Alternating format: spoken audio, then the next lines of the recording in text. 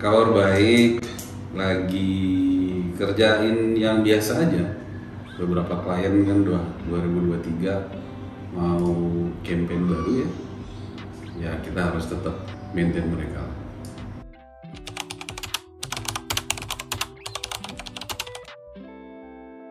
Gua start itu sebenarnya dari tahun 2000 akhir ya. Udah hampir berapa puluh tahun, 20 tahunan ya. Startnya jadi kreatif, kemudian lanjut jadi kreatif sampai sekitar tahun 2008 jadi 2010 creative director, kemudian sekolah lagi, nyebrang ke account management, akhirnya gabung dengan beberapa perusahaan, terus akhirnya sekarang setup bisnis sendiri, DSM Digital.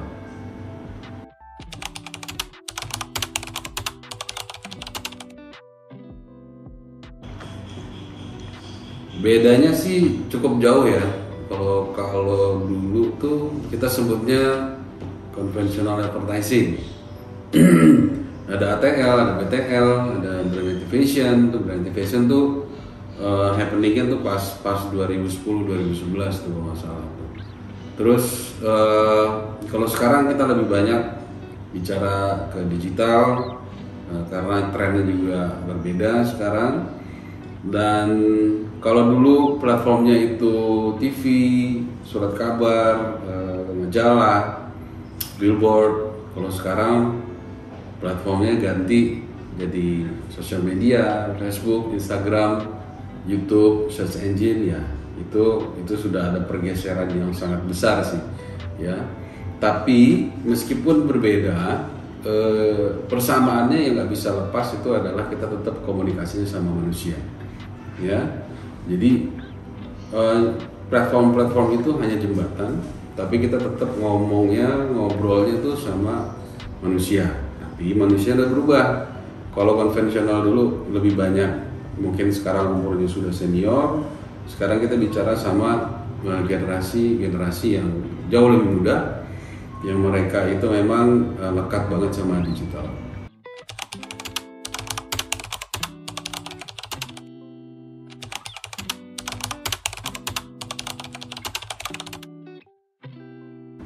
Ya, kalau sosial media sih impactnya besar banget sekarang sih. Sebenarnya kalau menurut gua hampir 100% orang tuh sekarang di Indonesia lah, masa jauh-jauh lah ya, itu nggak bisa lepas dari sosial media gitu. Jadi apa yang mereka terima di gadget mereka, dekat dengan kehidupan mereka, bahkan rasio mereka untuk ngecek sosial media setiap hari itu bisa lebih dari 10 kali gitu ya. Jadi impactnya itu sangat besar ya, terlepas dari impactnya brand terhadap sosial media, tapi sosial media sendiri itu udah nggak bisa lepas dari audiensnya. Target market, target audience itu nggak akan bisa lepas dari sosial media saat ini sebenarnya. Jadi kalau menurut gue ya salah satu pergeseran yang paling besar itu adalah sosial media ini yang menciptakan digital disruption yang sekarang kita alamin ya. Banyak perubahan-perubahan yang tadinya orang masih bisa lepas sama handphone, sekarang udah nggak bisa tuh ya, karena sosial media juga. Orang sekarang kayaknya lebih aman kalau ketinggalan dompet daripada ketinggalan handphone gitu ya. Kalau dulu kita ketinggalan dompet kan was-was banget. Kalau sekarang dompet ketinggalan nggak gitu was-was, asal handphone jangan ketinggalan. Jadi ya itu yang perbedaan yang paling besar adalah digital disruption yang membuat perilaku audiensnya, target market kita itu jauh berubah.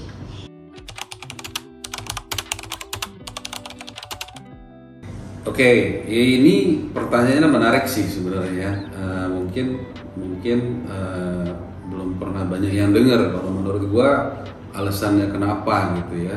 Kenapa akun sosial media tuh kita tidak bicara tentang akun sosial media brand, tapi kita secara general ya, secara umum. Ada yang engagementnya rame, ada yang engagementnya sepi, ada yang engagementnya biasa-biasa aja, standar-standar aja.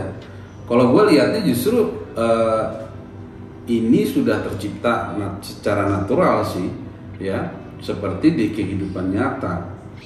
Kalau misalnya akun sosial media itu engagementnya rame, untuk orang misalnya teman kita engagementnya rame, pasti tidak jauh dari karakternya dia yang ekstrovert. Kalau misalnya sepi-sepi aja atau biasa-biasa aja, pasti di dunia nyatanya mereka tuh ya karakter-karakter yang sebenarnya di dunia nyata tuh introvert gitu loh. Jadi rame engagement, sepi engagement, kalau gua lihatnya itu bukan jadi salah satu tolak ukur ya kalau untuk organik ya, akun personal, tapi itu bisa jadi ciri bahwa mereka tuh extrovert ataupun introvert. Kalau menurut gue seperti itu. Justru dengan melihat itu kita bisa nikmatin bahwa kita mengerti karakternya si orang ini seperti ini gitu. Jadi kalau secara umum menurut gue itu justru lebih indah ya ngelihatnya, ngebacanya itu lebih indah karena pasti nggak jauh-jauh deh dari real life-nya itu dia tuh introvert ataupun extrovert. Itu sih kalau menurut gue.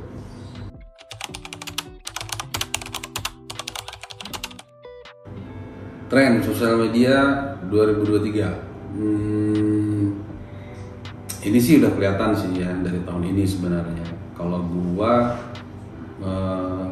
jadi gini, memprediksikan satu sosial media platform itu akan jadi tren atau tidak itu bisa kita lihat dari as if kita bicara tentang brand, bahwa brandnya ini tetap akan naik atau enggak, produknya ini tetap akan disukain atau enggak. Kalau sekarang tuh yang gue lihat sebenarnya TikTok itu tetap akan naik, akan jadi leadernya ya, karena banyak fitur-fitur baru yang mereka buat di TikTok, buat di dalam apps-nya, itu yang disukain sama user, sama penggunanya. Dan ini menurut gua ada story yang memang kita harus tahu ya. Ketika awal dulu TikTok itu mungkin masih pada ingat, ketika muncul habis itu dibully gitu ya,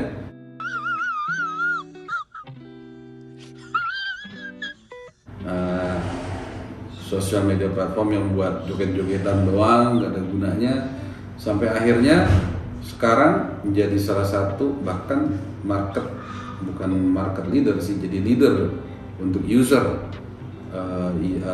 penambahan user yang sangat signifikan di beberapa tahun terakhir ini, bahkan sudah bisa hampir mengalahkan Facebook dari pertambahan penggunanya. Ya 2023 kayaknya masih tahunnya TikTok ya, tapi kita nggak tahu apakah Facebook akan emerge dengan metaverse-nya ya, entah kapan itu selesainya kita belum tahu ya. Tapi kalau misalnya itu juga bisa dirilis 2023, itu bisa jadi lompatan yang besar sih. Ya, bahkan bisa menguasain lagi, mengalahkan TikTok. Nggak tahu kita, you'll never know. Cuman kalau sekarang gue akan bilang TikTok yang akan beli.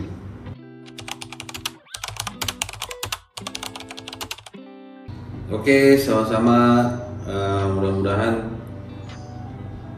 sharing-sharingnya, penjelasannya bisa bermanfaat ya. Nanti kita ketemu lagi kapan-kapan. Oke, bye-bye.